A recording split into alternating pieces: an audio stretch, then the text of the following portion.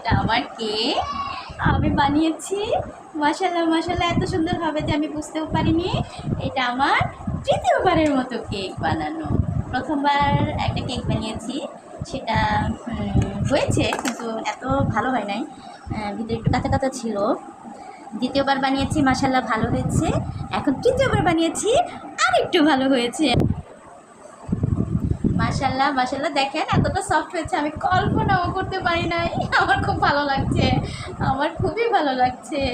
এই যে কি সুন্দর কি সুন্দর কি সুন্দর, আমার জন্য সুন্দর, আপনারা বানাতে পারেন, সেজন্য আপনাদের কোনো সব না, কিন্তু আমার জন্য আমার খুব খুশি লাগছে। আমার খুবই খুশি লাগছে যে আমি এত সুন্দর একটা কেক বানাইছি, এবং সফট, যেটা সফট দেখতেও সুন্দর। মাশাআল্লাহ মাশাআল্লাহ। একটা ডিম দিয়ে বানিয়েছি, একটা ডিমের কেক।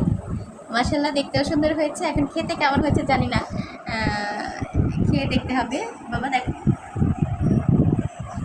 বাবা দেখো তো তুমি এটা খেয়ে। মজাই তো, এত মজা কেন রাখবো? সফট হয়েছে আজকে ওই দিনের থেকে।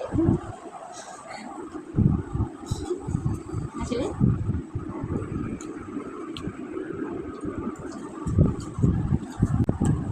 ইয়ানি খেতে এখান থেকে অনেক সুন্দরই হয়েছে। খুব মজা হয়েছে।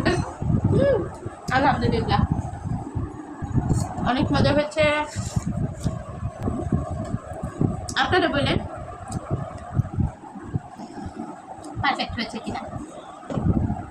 আমি কিন্তু কখনো বানাইনি। মাশাআল্লাহ মাশাআল্লাহ। আরেকবার যখন বানানোর রেসিপিটা আপনাদের দেখাবো, ঠিক আছে? আজকে এই পর্যন্তই। Bye bye, tata.